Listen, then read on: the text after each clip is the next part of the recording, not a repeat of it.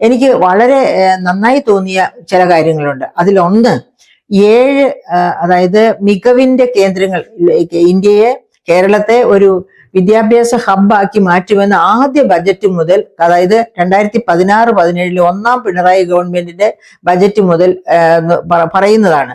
പക്ഷെ ഇതുവരെ ഒരു മാറ്റവും ഉണ്ടായിട്ടില്ല. ഈ അടുത്ത നാളിലാണ് ഒരു സ്വാശ്രയ എഞ്ചിനീയറിംഗ് കോളേജിന്റെ ഉടമ സൂയിസൈഡ് ചെയ്യുന്നത്.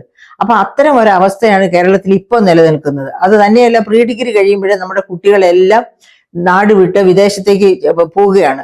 അപ്പൊ അതിൽ നിന്നൊക്കെ ഈ വിദ്യാഭ്യാസ ഹബ്ബ് എന്നാകും എന്ന് നമ്മൾ ഊറി ഊറി ചിരിക്കുകയും ചോദിക്കുകയും ചെയ്തുകൊണ്ടിരിക്കുക. അപ്പോ ഇപ്പൊ പറയുന്നു 7